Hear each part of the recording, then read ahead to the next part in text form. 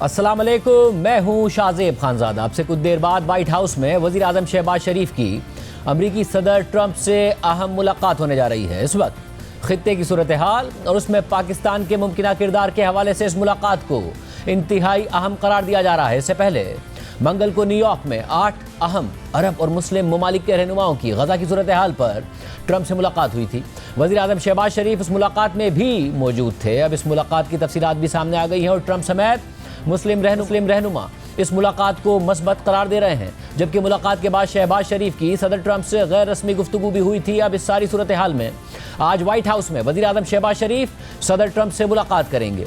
इस हवाले से रॉयटर्स की ट्रंप इंतजामिया के एक ओहदेदार ने बताया है कि अमरीकी सदर ट्रंप जुमेरात को पाकिस्तानी वज़ीर आज़म शहबाज शरीफ से व्हाइट हाउस में मुलाकात करेंगे। ये मुलाकात ऐसे वक्त में हो रही है कि जब चंद हफ्ते पहले दोनों मुमालिक ने एक तिजारती मुआहदे पर इत्तफाक किया था। अमेरिका की जानिब से कई सालों तक पाकिस्तान के हरीफ भारत को एशिया में चीन के असर रसूख के खिलाफ काउंटर समझे जाने के बाद अब ट्रंप के दौर में हालिया महीनों में अमेरिका और पाकिस्तान के ताल्लुकात में गर्मजोशी आई है। अमेरिका के भारत के साथ ताल्लुकात ट्रंप के दौर में कई मसाइल की वजह से आजमाइश का शिकार रहे हैं। अमेरिका और पाकिस्तान ने 31 जुलाई को एक तिजारती मुआहदे का ऐलान किया, जिसके तहत अमेरिका और पाकिस्तान के दरमियान पाकिस्तानी मसनूआत पर 19% टैरिफ पर इत्तफाक हुआ। जबकि अमेरिका और भारत के दरमियान अभी तक कोई तिजारती मुआहदा तय नहीं हो पाया। सदर ट्रंप ने इस साल के आगाज में पाकिस्तान के army chief field marshal Asim Munir का व्हाइट हाउस में इस्तकबाल किया।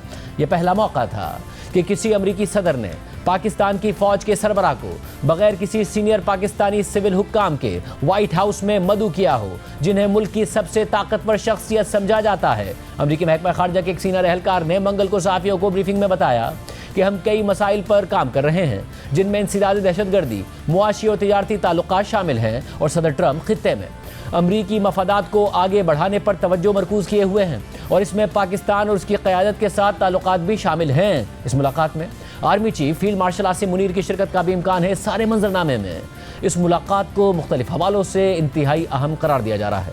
अहम बात यह है कि ये जुलाई 2019 में उस वक्त के वज़ीर आज़म इमरान खान की अमरीकी सदर ट्रंप से मुलाकात के बाद किसी पाकिस्तानी वज़ीर आज़म की व्हाइट हाउस में किसी अमरीकी सदर से पहली मुलाकात है। इस मुलाकात को हुक्काम पाक अमरीका ताल्लुकात को दोबारा दुरुस्त सिमत में लाने की नई कोशिश का हिस्सा करार दे रहे हैं, क्योंकि तज्जियाकारों के मुताबिक साबिक अमरीकी सदर बाइडन ने पाकिस्तान को मुकम्मल तौर पर नज़रअंदाज किया था, हत्ता कि उन्होंने किसी वज़ीर आज़म से फ़ोन पर बात तक नहीं की। ताहम जनवरी में सदर ट्रंप के दोबारा ओहदा संभालने के बाद से पाक अमरीका ताल्लुकात में गैर मुतवक्को और बड़ी तब्दीली आई है। जबकि अमरीका और भारत के ताल्लुकात में हालिया कशीदगी ने पाकिस्तान के लिए ये मौका पैदा कर दिया है कि वह खुद को एक मुफीद पार्टनर के तौर पर पेश करे, ख़ासतौर पर इलाकाई सलामती और इंसदादी दहशतगर्दी के हवाले से। इस सारी जनूबी एशिया के उमूर के माहिर अमरीकी तज्जियाकार माइकल कुगलमैन ने एक्स पर तबसरा करते हुए लिखा है कि पाकिस्तान को इस वक्त आलमी जियोपॉलिटिक्स में खासी अहमियत हासिल हो रही है, चाहे आर्जी ही क्यों ना हो।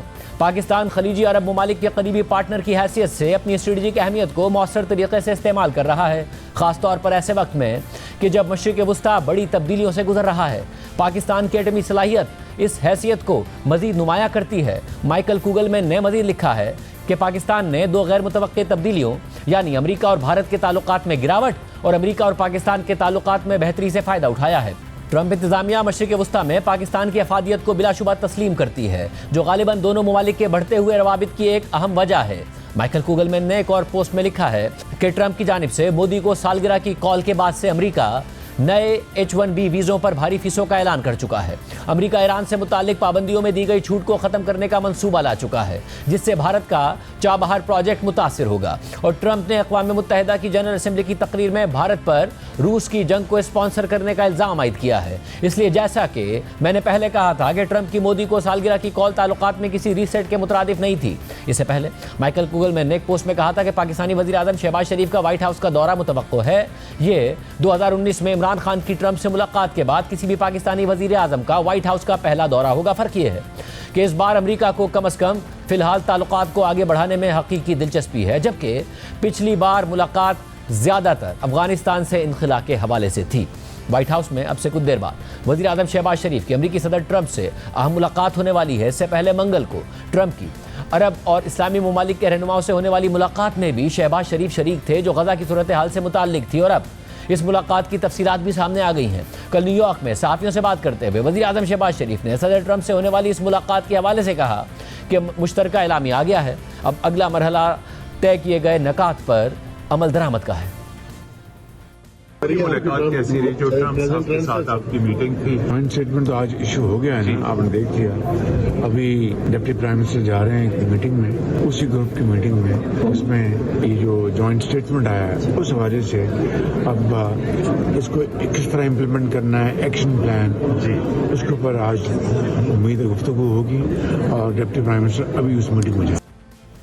जबकि अमरीकी सदर ट्रंप के खुसूसी नुमाइंदे स्टीव विटकॉफ ने कल एक तकरीब में अरब मुस्लिम रहनुमाओं से होने वाली मुलाकात को मुफीद करार देते हुए कहा कि सदर ट्रंप ने गजा में अमन के लिए 21 निकाती मंसूबा दिया है और हम पूरे एतमाद हैं कि कुछ दिनों के अंदर हम किसी ब्रेक थ्रू का ऐलान कर देंगे। हमारा एक काफ़ी मुफीद सेशन हुआ है। हमने वो मंसूबा पेश किया जिसे हम गजा और मशरिक़ वस्ता में अमन के लिए ट्रंप का 21 निकाती मंसूबा कहते हैं। मेरा ख्याल है कि यह मंसूबा इसराइल के खदशात के साथ साथ खित्ते के तमाम हमसाया ममालिक के खदशात को भी दूर करता है और हम पुरुमीद हैं, बल्कि मैं कहूँगा कि पुरएतमाद हैं कि आने वाले दिनों में हम किसी न किसी पेशरफ्त का ऐलान कर सकेंगे।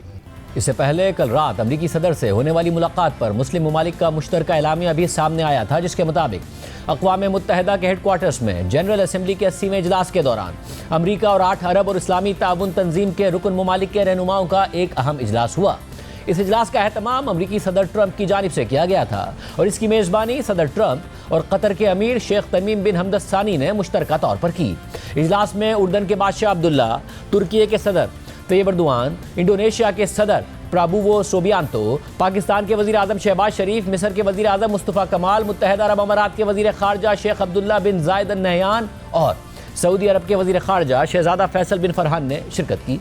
इजलास में अरब और ओआईसी ममालिक के रहनुमाओं ने ये अहम इजलास बुलवाने पर सदर ट्रंप का शुक्रिया अदा किया। उन्होंने गजा की मुश्किल और नाकाबिल बर्दाश्त सूरत हाल, इंसानी अलमियत और बड़े जानी नुकसान पर बात की और कहा कि इसका पूरे खित्ते और मुस्लिम दुनिया पर गहरा असर पड़ रहा है। इस्लामी ममालिक के रहनुमाओं ने इस बात पर जोर दिया कि किसी को जबरी तौर पर बेघर ना किया जाए और जो लोग चले गए हैं उन्हें वापस आने की इजाज़त दी जाए। रहनुमाओं ने जंग ख़त्म करने और फौरी सीज़ फायर की ज़रूरत पर जोर दिया ताकि पहले मरहले में यरगमालियों को रिहा किया जा सके और इंसानी इमदाद पहुँचाई जा सके। उन्होंने सदर ट्रंप के साथ ताउन की अज़म का इजहार किया और कहा कि अमन कायम करने और एक मुनसिफाना हल तलाश करने में सदर ट्रंप की क़यादत अहम है।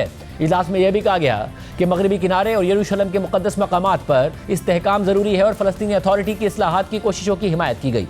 रहनुमाओं ने गजा की तामीर नौ के जामे मंसूबे पर जोर दिया जो अरब ममालिक और ओआईसी के मंसूबे पर मबनी हो और जिसमें बैनुल अक़वामी मदद शामिल हो ताकि फ़लस्तीनी क़यादत को सहारा दिया जा सके और वहाँ के अवाम की ज़िंदगी दोबारा बनाई जा सके। आखिर में शुरा ने कहा कि ये इजलास अमन और इलाकाई ताउन की तरफ बढ़ने के एक मुसलसल अमल का आगाज़ होना चाहिए। इस सारी सूरत हाल में मुलाकात में ट्रंप इंतज़ामिया की जानिब से पेश किए गए 21 निकात की तफसीलात भी सामने आ गई हैं। इस हवाले से अमरीकी न्यूज़ वेबसाइट एक्सियोस की रिपोर्ट के मुताबिक सदर ट्रंप और उनके खुसूसी नुमाइंदे स्टीव विटकॉफ ने मंगल को अरब और मुस्लिम रहनुमाओं को गजा की जंग ख़त्म करने और गजा में हमास के बाद हुक्मरानी के लिए एक 21 निकाती मंसूबा पेश किया है, जिस पर शुरा ने मस्बत रद्द-ए-अमल दिया।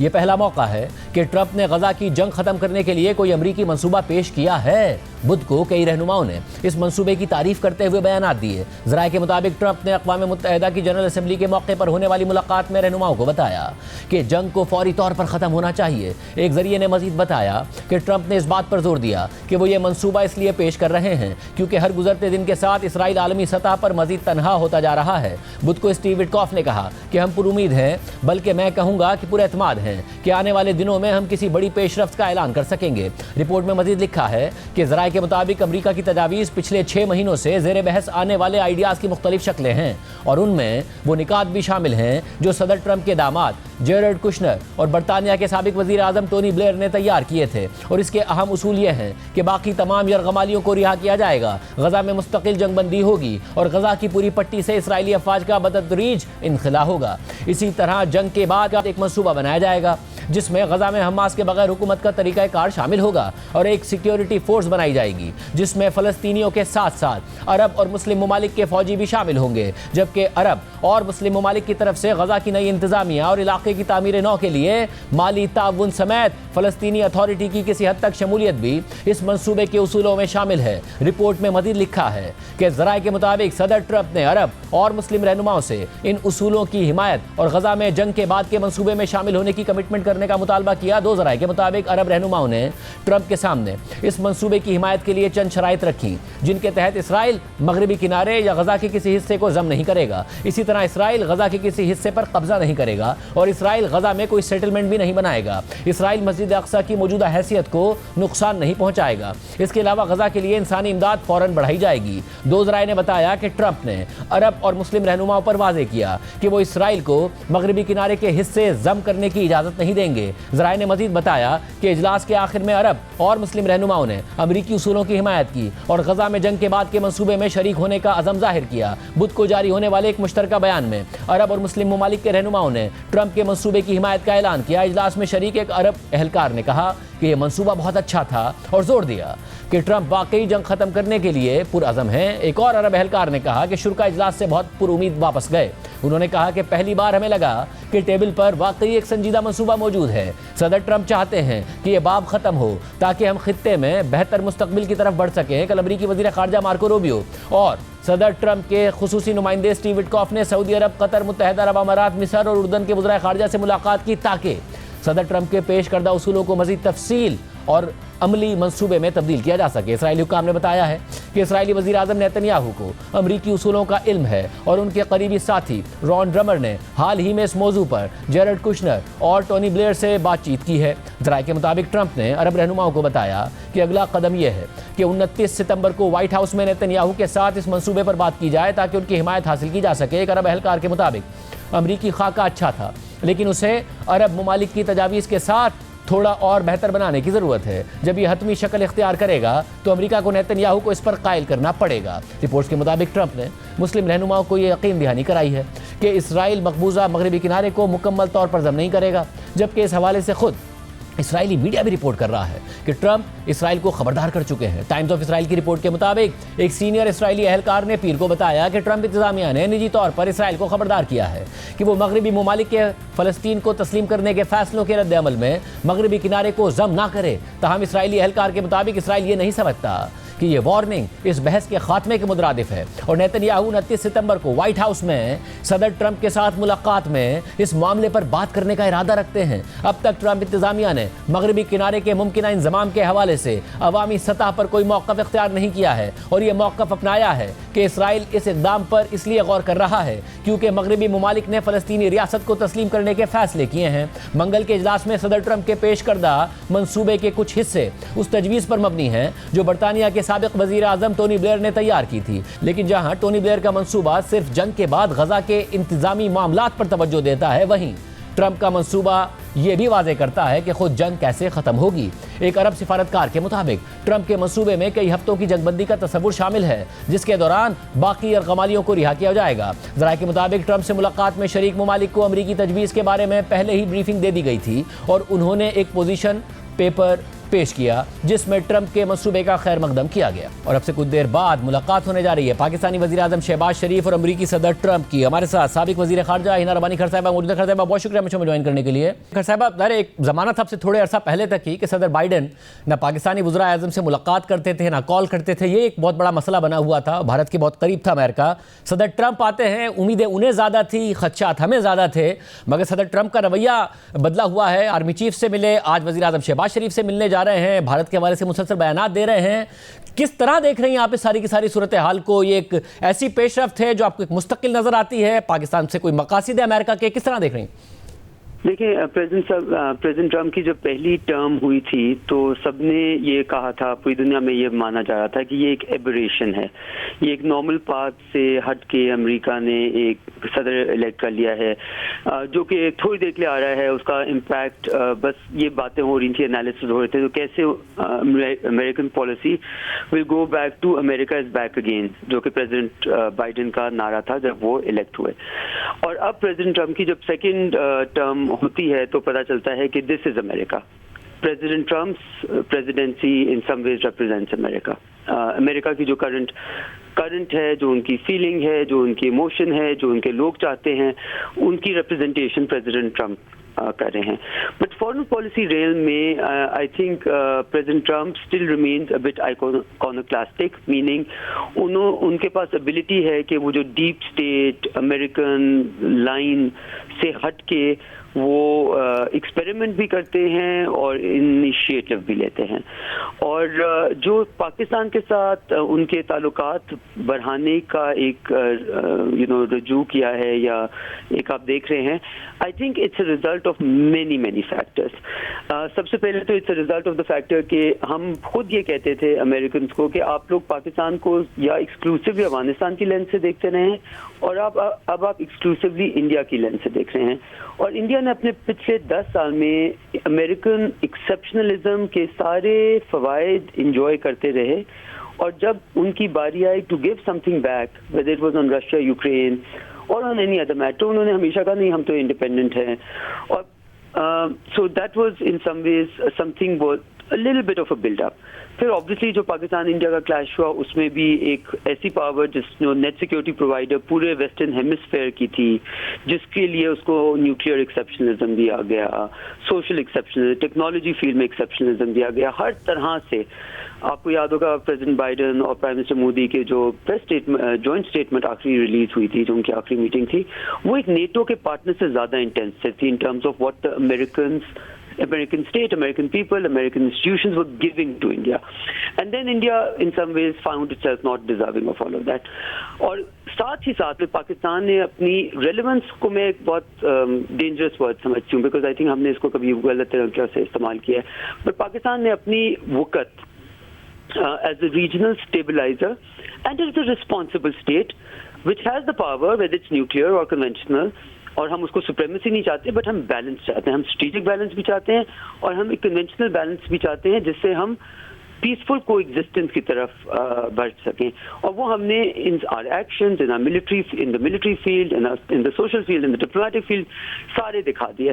सो basically it's a different world. और इस दुनिया में जो मुल्क अपना आपको प्रोटेक्ट कर सकते हैं, जिनके पास wherewithal है और कैपेसिटी है और कैपेबिलिटी है, लेकिन ऑल्सो विल है, and have the capacity to demonstrate it in the military arena and outside of it, are doing better, and that's why Pakistan is doing better. और मुझे ये भी बताइएगा, ज़ाहिर है आप फाइनेंस मिनिस्ट्री से भी आप पोर्टफोलियो रख चुकी हैं, फॉरेन मिनिस्ट्री में भी, तो आप दोनों को अच्छी तरह समझती हैं. इंडिया की एक डेवलपिंग इकोनॉमी है, बड़ा साइज़ है, पाकिस्तान की एक स्ट्रगलिंग इकोनॉमी है, और इस सब में ज़ाहिर है अमेरिका भारत को चीन के काउंटरवेट के तौर पर भी देखता था, पाकिस्तान चीन के करीब था. ये क्या सारी इक्वेशन बदल गई है और क्या ये परमानेंट है?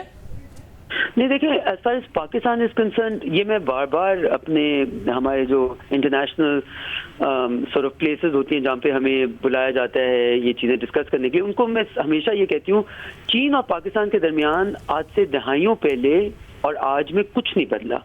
आपकी अप्रोच टुवर्ड्स चीन बदल गई है. आप चीन को जब एक नॉर्मल कंट्री की तरह देखते थे तो आपको पता भी नहीं था पाकिस्तान और चीन के क्या ताल्लुकात हैं. जब सीपेक हुआ उस वक्त भी शायद लोगों को इतना ज़्यादा किसी ने अटेंशन नहीं दी. जब आप चीन को एक थ्रेट की तरह परसीव करना शुरू हो गए, और जबकि हमारा अंदाज़ा, हमारा एनालिसिस, बल्कि आज फॉरेन अफेयर्स मैगजीन में भी एक बहुत अच्छा आर्टिकल छाया हुआ है जिसमें लिखा हुआ है what does China really want, और उसमें भी यही कहा हुआ है कि चाइना मिलिट्री सुप्रीमेसी नहीं देख रहा. China what it seeks for itself is economic well-being, and for those around it it seeks infrastructure development. But obviously South China Sea, जो कि उसका अपना neighborhood है, उसका अपना backyard है, वहाँ पे वो अपने आप को थोड़ा सा exert करेगा. It's only natural for a country which has the highest exports in the world. उनके अभी 3.6 ट्रिलियन पे हैं, अमेरिका के शायद 2.4 ट्रिलियन पे हैं. I'm talking about total exports to all of the world. जब एक मुल्क की इकोनॉमी, एक मुल्क की टेक्नोलॉजिकल प्रोग्रेस, एक मुल्क की ability to be in space, to have AI, not supremacy but equivalence in some ways, तो यकीनन थोड़ा कुछ तो बदलेगा। सो दुनिया हमें मुख्तलिफ तरीके से हमारी और चाइना की रिलेशनशिप देखती है, बट पाकिस्तान को जो चाहिए वो ये चाहिए, जो पाकिस्तान हर अक्लमंद मुल्क करता है, कि आप अपने इंटरेस्ट को बेसिस बनाएं अपनी हर relationship, which means you keep your relationship with China is sacrosanct, it has served you well, it is your need, वो आपके खित्ते में जरूरत है, रीजनल स्टेबिलिटी में जरूरत है, और वो जब कोई आपके साथ नहीं खड़ा होगा तो आपके साथ खड़ा रहा है और खड़ा रहेगा, बिकॉज उसकी भी आप नेशनल इंटरेस्ट को मिस आपके पजल वर्क में फॉल इन प्लेस करते हैं। As far as the United States of America is concerned, हमारे इनके साथ हिस्टोरिकल इकोनॉमिक मिलिट्री ताल्लुकात रहे हैं, और हिस्ट्री का हमेशा फ्यूचर में एक रोल होता है। जो भी मर्जी कह दें हमें, एक दूसरे को हम जो भी मर्जी कहते रहे, हर दफा वेदर इट वाज अफगानिस्तान 1 और अफगानिस्तान 2 और any other place, we have been there in some ways for them, and हमें बिल्कुल ये सूट नहीं करता कि हम दुनिया की इस वक्त वाहिद हेजेमोनिक पावर को अपने रॉन्ग साइड पे लाएं, जो हमारे फैक्टिव को भी अफेक्ट करता है, हमारे IMF को भी अफेक्ट करता है, हमारी ability to function in the world को अफेक्ट करता है, कई मुल्कों को सैंक्शन का डर लगता है। हमें बिल्कुल नहीं सूट करता कि हम किसी भी किस्म का पंगा लें अमेरिका के साथ, या किसी भी किस्म का, हमें बिल्कुल सूट करता है कि हम उनके साथ best possible relationship, functional relationship रखें, और जहां तक इस मुल्क का फायदा जिस रिलेशनशिप से होता है उसको परसू करते हैं, और ये ना देखें कि हमसे country A, country B, country C, all the way to country D क्या चाहते हैं, और ये देखें कि पाकिस्तानी कौम हमसे क्या चाहती है, पाकिस्तान की कौम के इंटरेस्ट में क्या है, और पाकिस्तान की सालमियत में के इंटरेस्ट में कौन सी रिलेशनशिप को किस जगह पे रखना है। और इस वक्त क्या पाकिस्तान की फॉरेन पॉलिसी उसी सिमत में जा रही है जिसका आप जिक्र कर रही हैं? क्या सही पाकिस्तान अपने कार्ड्स ठीक खेल रहा है? देखिए, आई थिंक मैं तो अल्लाह पे बिलीव करती हूँ बहुत ज़्यादा, और सलाहियत पे बिलीव करती हूँ और मेहनत पे। अगर ये तीनों चीज़ें इकट्ठी सही चलें, जो कि आई बिलीव इस वक्त चल रही हैं, तो Pakistan has a very very very unique opportunity. अभी आप देखें जो KSA और पाकिस्तान के बीच में पैक्ट हुआ, उसमें शायद एक खदशा सीरियस एनालिस्ट का सीरियस खदशा था, और वो ये था कि क्या ये ईरान स्पेसिफिक तो नहीं है। और जब ईरान के president United nation general assembly के स्टेज पे खड़े होके, पोडियम पे खड़े होके ये कहते हैं कि he welcomes the pact between two friendly Muslim countries, it tells you that the world has changed. It's only people who don't have the ability to look at the world and analyze it in the real current context and tend to impose historical past over it, who don't see कि दुनिया में tectonic shifts आ चुके हैं।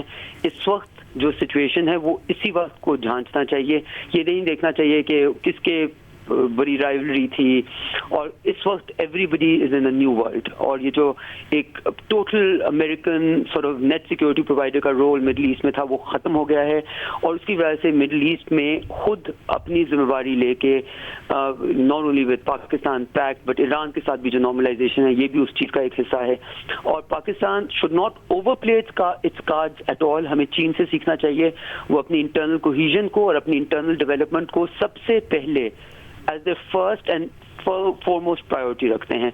वो अगर हम अपनी रख के then we play it as per our means, as per our ability, I think we are at a place which hasn't been offered to this country in decades. बहुत शुक्रिया मेहरबानी। तो आपने सुनी। प्रोग्राम में आगे बढ़ते हैं। सिंध हाई कोर्ट ने आज इस्लामाबाद हाई कोर्ट के जस्टिस तारिक महमूद जहांगीरी की डिग्री से मुतालिक तमाम दरख्वास्तें अदम पैरवी पर खारिज कर दी हैं। समात जस्टिस के आगा और जस्टिस अदनान करीम मेमन पर मुश्तमिल आईनी बेंच ने की, जिसके सामने justice Tariq Mahmood Jahangiri, justice Saman Rifat Imtiaz, advocate general Sindh, additional attorney general, Jamia Karachi के वकील और दीगर वकला पेश हुए। जस्टिस तारिक महमूद जहांगीरी के वकील सलाहुद्दीन अहमद ने कहा कि बेंच की तश्कील पर हमें एतराज़ है। कुछ दिन पहले यह केस जस्टिस यूसुफ सईद के बेंच में लगा हुआ था। 30 सितंबर को केस लगना था, 25 सितंबर को कैसे लग गया, एक भी वजह नहीं बताई गई। जिस तरह यह केस यहाँ लगाया गया है, मुझे एतराज़ है। इसके बाद एडवोकेट जनरल सिंध ने कहा कि यह दरख्वास्त निपटा दी गई है, अगर ये मुतासिर हैं तो अपील फाइल करें। सलाहुद्दीन अहमद ने कहा कि जिस तरह यह केस यहाँ लगाया गया है, इससे संजीदा खदशात पैदा हो गए हैं। आईनी बेंच के सरबराह जस्टिस के आगा ने इस पर रिमार्क्स दिए कि तमाम फरीकैन अपनी बारी पर दलाइल दें, दरमियान में मत बोलें। समात के दौरान जस्टिस तारिक महमूद जहांगीरी ने बोलने की कोशिश की तो इस पर जामिया कराची के वकील ने एतराज़ उठा दिया, तो कमरा अदालत शेम शेम के नारों से गूंज उठा। इस्लामाबाद हाई कोर्ट बार के वकील फैसल सिद्दीकी ने कहा कि आईनी बेंच ये केस नहीं सुन सकता। जस्टिस अदनान करीम मेमन ने इस पर रिमार्क्स दिए कि आईनी बेंच तमाम किस्म के केसेस सुन सकता है। इस दौरान जस्टिस तारिक महमूद जहांगीरी बार बार बोलने की इजाज़त लेने की कोशिश करते रहे। जामिया कराची के वकील ने दलाइल देते हुए कहा कि आईनी बेंच ये केस सुन सकता है। एडवोकेट जनरल सिंध ने भी कहा कि आईनी बेंच तमाम किस्म के केसेस सुन सकता है। एक मरहले पर जस्टिस तारिक महमूद जहांगीरी ने कहा कि मैं इस केस में मुतासरा फरीक हूँ, मुझे फरीक बनाकर मेरा मौक़िफ़ सुन लें। दुनिया में कहीं ऐसा नहीं होता कि एक जज मुल्जिम बनकर कटहरे में खड़ा हुआ है। मैंने अपने हल्फ की पासदारी की है। मैं अल्लाह और उसके नबी की कसम खाकर कहता हूँ कि हल्फ की पासदारी की है। मैं कसम खाकर कहता हूँ कि मेरी डिग्री असली है, मैंने तमाम इम्तिहानात दिए हैं, मैंने कोई टाउटी नहीं की है। जैसे तारिक महमूद जहांगीरी के वकील सलाउद्दीन अहमद और दीगर वकला ने बेंच की तश्कील पर एतराज़ उठाया और कहा कि आईनी बेंच ये केस नहीं सुन सकता, जबकि एडवोकेट जनरल सिंध ने मौक़िफ़ अपनाया कि दरख्वास्त निपटा दी गई है। और जामिया कराची के वकील ने भी कहा कि दरख्वास्त के काबिल समात होने से मुताल्लिक एक अदालती हुक्म मौजूद है। इस पर दरख्वास्त गुजारों के वकला ने सख्त एहतजाज करते हुए कार्रवाई का बॉयकॉट कर दिया और अदालत से बाहर चले गए, जिसके बाद अदालत ने तमाम दरख्वास्तें अदम पैरवी पर मुस्तरद कर दी। ये सारा मामला उस वक्त सामने आया था जब एक शहरी ने जामिया कराची से दरख्वास्त की कि जस्टिस तारिक महमूद जहांगीरी का तालीमी record right to information act के तहत फराहम किया जाए। इसके बाद जामिया कराची के तर्जुमान की तरफ से सिंडिकेट के इजलास के बाद एक मुख्तसर बयान में कहा गया कि इजलास में अनफेयर मीन्स कमेटी की सिफारिशात की रोशनी में कई तलबा के इंदराज और डिग्रियां मनसूख करने का फैसला किया गया। इस्लामाबाद हाई कोर्ट की वेबसाइट पर जस्टिस तारिक महमूद जहांगीरी के प्रोफाइल के मुताबिक उन्होंने 1991 में जामिया कराची से इल्हाक याफ्ता इस्लामिया लॉ कॉलेज से LLB की डिग्री हासिल की थी। एडवोकेट आरिफुल्लाह खान और मोहम्मद ताहिर शब्बीर ने सिंडिकेट के इस फैसले के खिलाफ सिंध हाई कोर्ट से रुजू किया, जिसके बाद Sindh high court bar, Islamabad high court bar और कराची बार भी इस केस में फरीक बन गए थे। दूसरी तरफ सुप्रीम कोर्ट में जस्टिस तारिक महमूद जहांगीरी की अपील आईनी बेंच के सामने समाअत के लिए मुकर्रर कर दी गई है। जस्टिस अमीनुद्दीन खान की सरबराही में 5 रुकनी बेंच 29 सितंबर को समाअत करेगा। आईनी बेंच में जस्टिस जमाल खान मंदूखेल, जस्टिस मोहम्मद अली मजहर, जस्टिस हसन अजहर रिजवी और जस्टिस शाहिद बिलाल हसन शामिल हैं। जस्टिस तारिक जहांगीरी ने मुबैना जाली डिग्री केस में इस्लामाबाद हाई कोर्ट के उबूरी हुक्म के खिलाफ अपील दायर की है और हाई कोर्ट का हुक्म कलअदम करार देने और मजीद सुनवाई से रोकने की इस्तदा की है। चीफ जस्टिस सरफराज डोगर की सरबराही में इस्लामाबाद हाई कोर्ट के 2 रुकनी बेंच ने जस्टिस तारिक महमूद जहांगीरी को 16 सितंबर को अदालती काम से रोक दिया था, जबकि गुज़िश्ता रोज़ सुप्रीम कोर्ट के जस्टिस जमाल खान मंदूखेल की सरबराही में 6 रुकनी बेंच ने जजेस के खिलाफ तौहीन अदालत से मुताल्लिक एक फैसला दिया है, जिसमें कहा गया है कि जजेस एक दूसरे के खिलाफ कोई कार्रवाई नहीं कर सकते हैं। प्रोग्राम में एक ब्रेक शामिल करते हैं और आम खबर आपके सामने रखिए।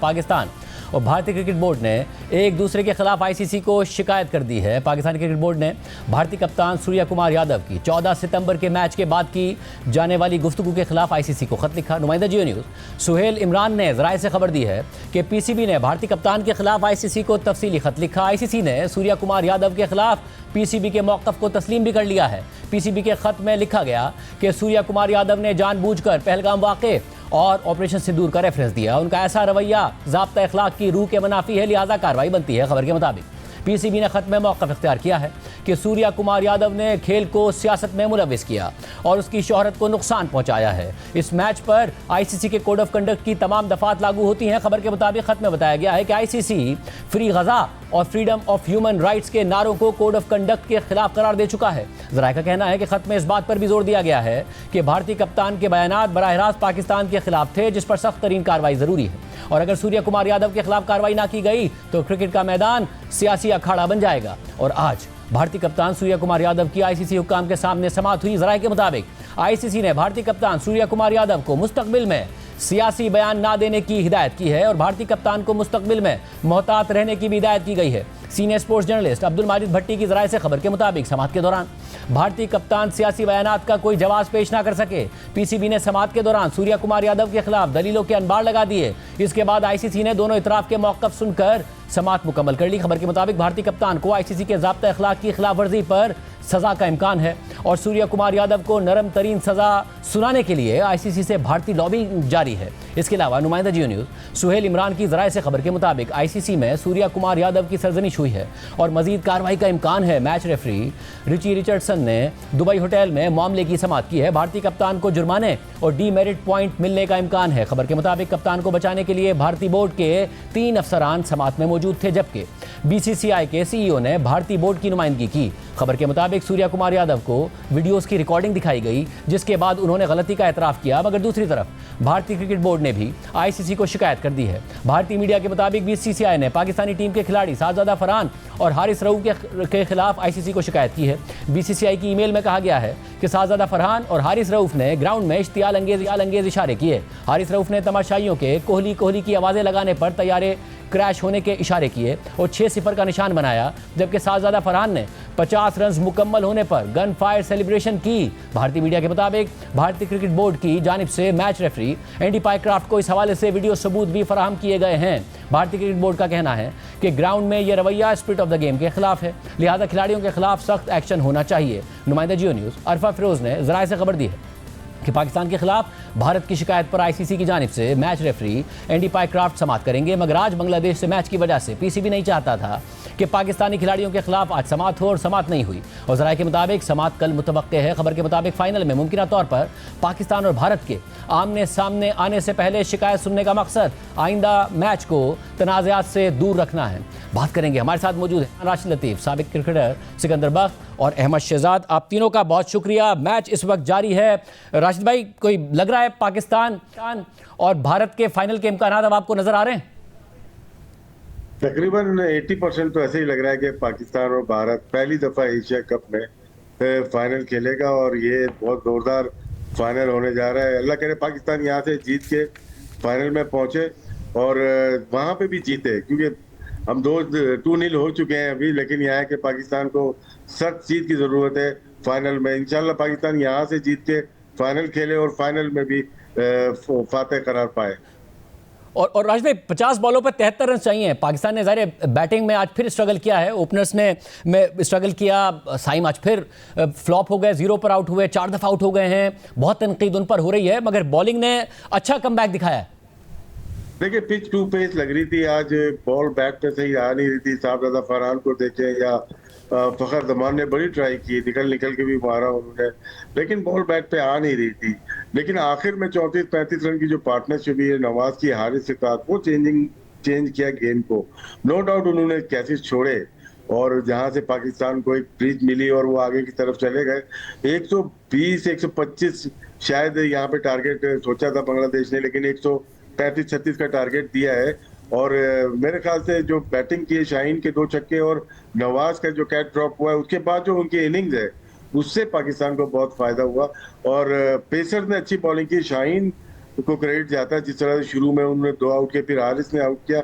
शुरू ऐसे लो स्कोरिंग गेम में उसमें आपको शुरू में विकेट चाहिए होती है। शाहीन ने 22वीं दफा पहले ओवर में विकेट ली, फिर तीसरे ओवर में विकेट ली।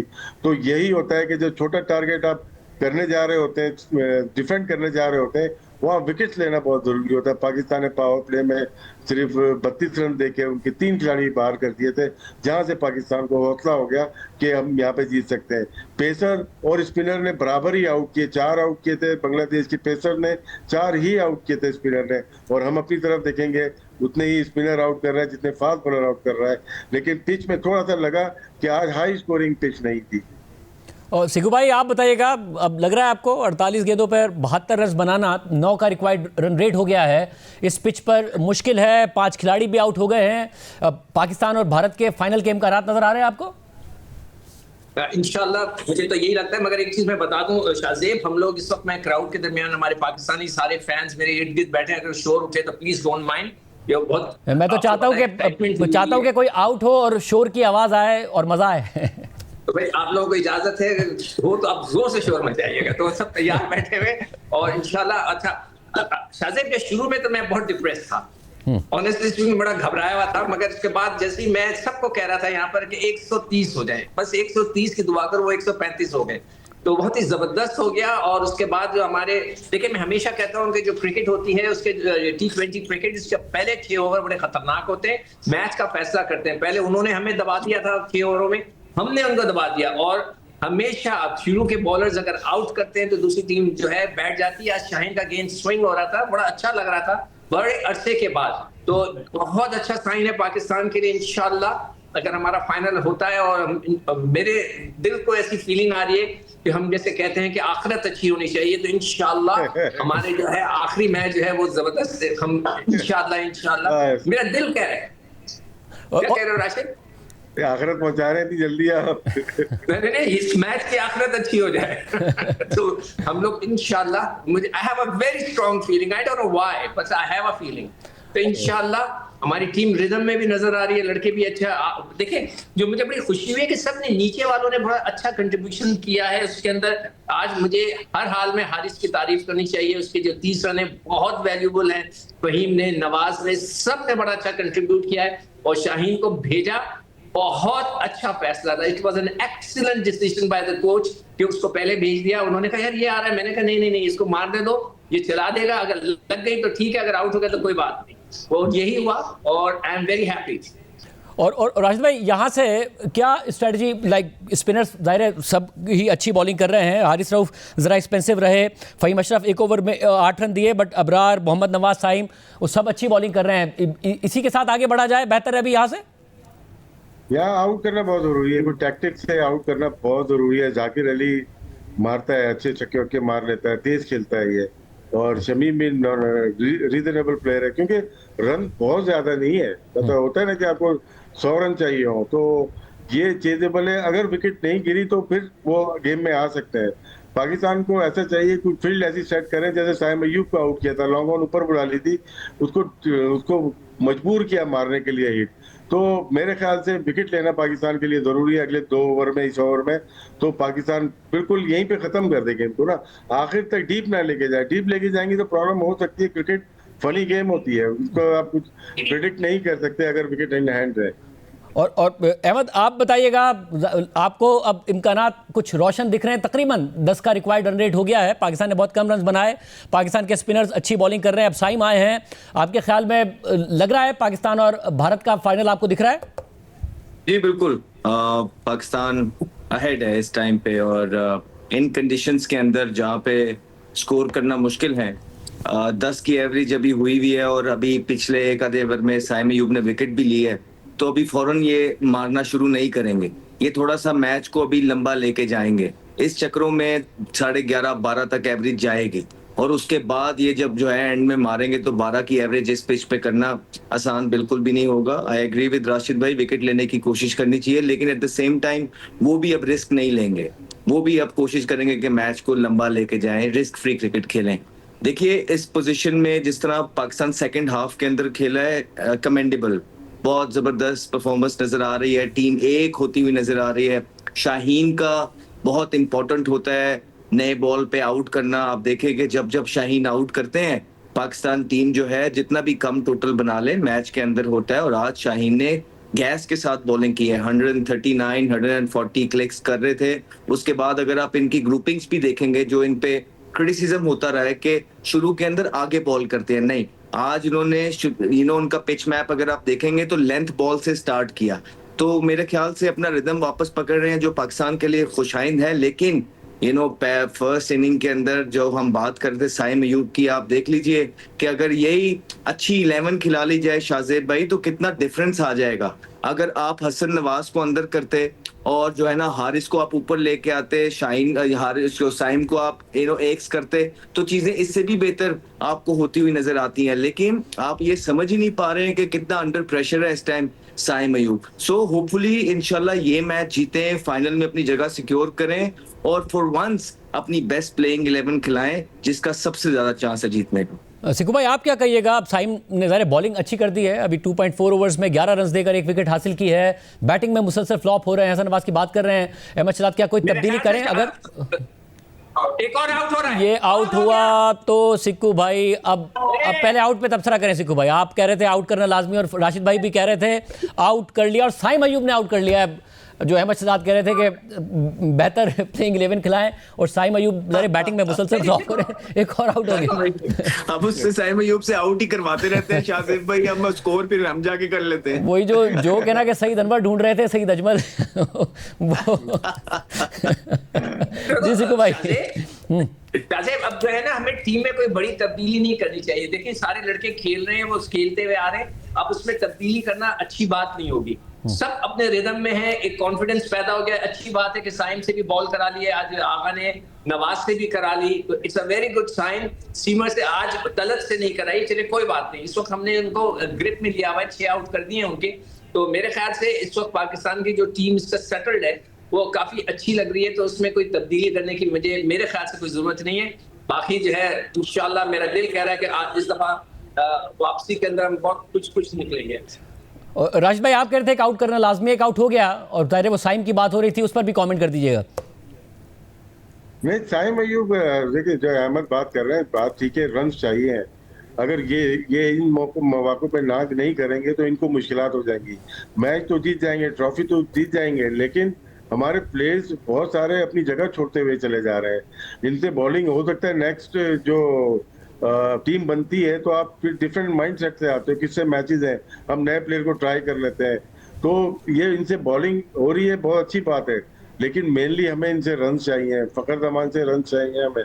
शाहजादा फरहान के चले वो रन कर रहे थे, बैड लक हो गई, लेकिन स्पेशली साइम अयूब के 8 से 9 0 हो गए।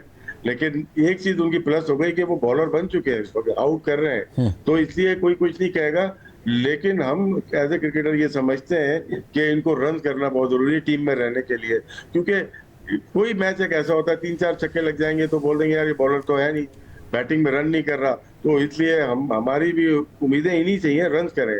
तो जब तक रन नहीं करेंगे जब तक प्रॉब्लम रहेगी। तो शाहजेब भाई, होता ये है कि देखिए आपका कंसर्न क्या बॉलिंग पे आ रहा है कि बैटिंग पे आ रहा है, आपने ये देखना है। आपका तो स्कोर हो ही नहीं रहे हैं, ये तो आपकी बॉलिंग जितवाई जा रही है। और साइम अयूब, ये वही साइम अयूब है ना कि जब भारत के अच्छे बैट्समैन आए थे तो उनके अगेंस्ट जब इन्होंने बॉलिंग का स्टार्ट किया था तो किस तरह का स्टार्ट लिया था भारत के बल्लेबाजों ने, ये वही है ना। देखिए प्लेयर्स का फर्क होता है कि सामने प्लेयर कौन से खेल रहे हैं। अगर आपने बांग्लादेश के लेवल की टीम बनना है और इन्हीं के सामने परफॉर्मेंसेस करके खुश होना है, बस फिर लगे रहिए, कोई बात नहीं। 4-0 हो गए हैं, 6-0 भी हो जाएंगे, तो अच्छा प्रेसिडेंट आप सेट कर रहे हैं, बिल्कुल तब्दीलियां ना करिए। लेकिन आपका कंसर्न बैटिंग में है। अगर आप भारत को इतना स्कोर करके देंगे जितना आप हर मैच के अंदर कर रहे हैं, तो वो मेरे ख्याल से 13 ओवरों में करके साइड पे हो जाएंगे। तो आपने थॉरली सारी चीजें नोट करनी होती हैं, अपना अपना सोचने का तरीका है, अपने अपने टाइम की क्रिकेट है। मैं आपको वो बात कर रहा हूँ जो मुझे बेहतर लगती है। हर एक इंसान का एक अपना ओपिनियन है और मैं उसकी रिस्पेक्ट करता हूँ। सिकू भाई, अब तो लग रहा है एक और भी आउट करना पड़ेगा। अबरार की शुरू की 2 बॉल्स पर 4 रन बना लिए इन्होंने, एक और आउट करना पड़ेगा पाकिस्तान को बाकायदा तौर पर। एक नहीं, मेरे ख्याल से शाहजेब हमें पूरा अभी फौरन टीम आउट करनी है। अभी फौरन इंशाल्लाह अभी हम बच्चों को कहते हैं कि शोर मचाएं, कोई ना कोई विकेट मिल ही जाएगी। तो बहुत यहाँ पे एक्साइटमेंट है। ऑब्वियसली मैच जिस तरह फंस के निकला है और देखते हैं, मुझे लगता है कि इंशाल्लाह मगर जो राशिद बोल रहा है बिल्कुल सही है, we have to take wickets. और किसी वक्त भी कभी भी किसी को एक सवाल है सिक्कू भाई से, सब तीनों से है कि क्या बांग्लादेश और पाकिस्तान ने हाईएस्ट लेवल की क्रिकेट खेली है आज? मैं कहता हूँ कि पूरे अगर आप पाकिस्तान की थ्रू आउट क्रिकेट उठा के देखेंगे, जितने भी मैचेस पाकिस्तान इस एशिया कप में खेला है, अपनी पोटेंशियल पे नहीं खेला, कहीं भी नहीं खेला। हम मैचेस जीतते जरूर रहे हैं लेकिन पाकिस्तान अपनी पोटेंशियल पे नहीं खेला। मुझे लगता है कि पाकिस्तान एक भी मैच में अपनी सही प्लेइंग 11 भी नहीं खिलाई पाकिस्तान ने। मुझे ये लगता है, ये मेरे पर्सनल ओपिनियन हो सकते हैं, जहां पे मैं जितना पाकिस्तान को जानता हूं या पाकिस्तान को क्लोजली मैं मॉनिटर करता हूं, मुझे लगता है कि अभी अगर हम अपनी खिलाते या अपनी पोटेंशियल पे खेलते तो पाकिस्तान इससे बहुत बेहतर टीम है। ये जो सिलेक्ट हुई भाई, अबरार तो महंगे पड़ रहे हैं, अब छक्का भी लग गया, ये तो जो रिक्वायर्ड रन रेट है तो 10 का ही, मगर घबराना नहीं है सादेब भाई, घबराना नहीं है सर, घबराना नहीं है सादेब भाई। बहुत स्कोर है, अब हाथ से निकल गया। Cricket is a funny game, and तक चलती है, लेकिन रेस्ट अश्योर के इंशाल्लाह everything will be fine. Siku भाई, नहीं घबराए हम। देखो शाहजेब, हमें विकेटें हर हाल में लेंगे बगैर किसी शक के, मगर उन्होंने भी हिटें मारनी है। वो हिटें मारेंगे तो रन बनेंगे, तो हमें जब वो हिट मारेंगे तो जरूर चांस मिलेगा। इतना आसान नहीं हो रहा उनको हिट मारने की। जहां तक क्रिकेट टीम की जो बात हो रही है, आई टोटली एग्री कि पाकिस्तान की टीम उस स्टैंडर्ड की क्रिकेट नहीं खेल रही जिस तरह के उन्हें खेलनी चाहिए। आई टोटली एग्री, मगर हम ये सारी चीजें अगले टूर्नामेंट के लिए रखते हैं। पर एक मैच रह गया है, उस मैच के लिए क्या करना है कोच बेहतर समझता है। मेरी ये राय होती है ऐसे मौकों पे कि जब टीम खेलती हुई आ रही, चले एक फेल हो रहा है लड़का, कोई बात नहीं, साइम हो रहा है फेल, क्या कर सकते हैं। अगर हमने उसको उठाया तो एक थोड़े बॉलिंग का ऑप्शन हमारा कम होता है, तो इसलिए मैं कहता हूं कि उन्हें खेलते रहने चाहिए। एक मैच रह गया, इंशाल्लाह हम फाइनल में अगर पहुंच जाते हैं तो बाद में जो है ना हमें बहुत सीरियसली इस टीम को जो है ना रिवैम्प करना है। हमने नई टीम तगड़ी किस्म की बनानी है अच्छे तरीके से, वो अब बाद में इसके ऊपर सोचेंगे। तो शाज़ेब भाई इसमें ये है कि जो इनके ये जो बल्लेबाज खेल रहे हैं ना, एक शमीम, ये थोड़ा सा बेहतर प्लेयर है, इनमें से एक रह गया है, लेकिन इनका जो फिनिशर था ना वो जाकिर था, जिसने बीपीएल के अंदर भी बड़ी परफॉर्मेंसेस की हुई है और नीचे से जो है ना वो छिक्के मारता है। तो वो अभी जो पीछे आउट किया ना साइम ने, वो एक अच्छी विकेट मिल गई है, अपने आप को रूम देने गए, नीचे उतरे लेकिन अवे हो गया बॉल, क्लेवर बॉल किया उन्होंने। साइम का एडवांटेज ये है कि वो बॉल बहुत लेट रिलीज करते हैं, जिसकी वजह से वो बल्लेबाज को देर तक देखते रहते हैं, और जैसे ही उन्होंने देखा कि बल्लेबाज नीचे उतरा, उन्होंने बाहर फेंका तो वो कनेक्ट बहुत दूर हो गए थे, कनेक्ट नहीं। ये अब बस एक शमीम रह गया, और आई बिलीव के जो पाकिस्तान के जो एंड वाले ओवर्स पड़े हुए हैं जिन बॉलर्स के, बहुत मुश्किल हो जाएगा इस अकेले के लिए मैच। राशिद भाई, शाहीन शाह अफरीदी का एक ओवर बाकी है, अभी साइम बॉलिंग कर रहे हैं, क्या इसी तरीके से आगे बढ़े हैं शाहीन शाह अफरीदी को, क्या आप समझते हैं? नहीं, आखिर में रखना चाहिए अभी ये, क्योंकि विकेट लेनी है। स्पिनर को इनको जोर से हिट मारनी पड़ेगी, फास्ट बॉलर पे टाइम करना पड़ेगा, लेकिन स्पिनर पे देखें जितने भी हिट मारी है मोस्टली हाथों में गई है, और तकरीबन 10 मीटर 15 मीटर बाउंड्री के अंदर ही रही है।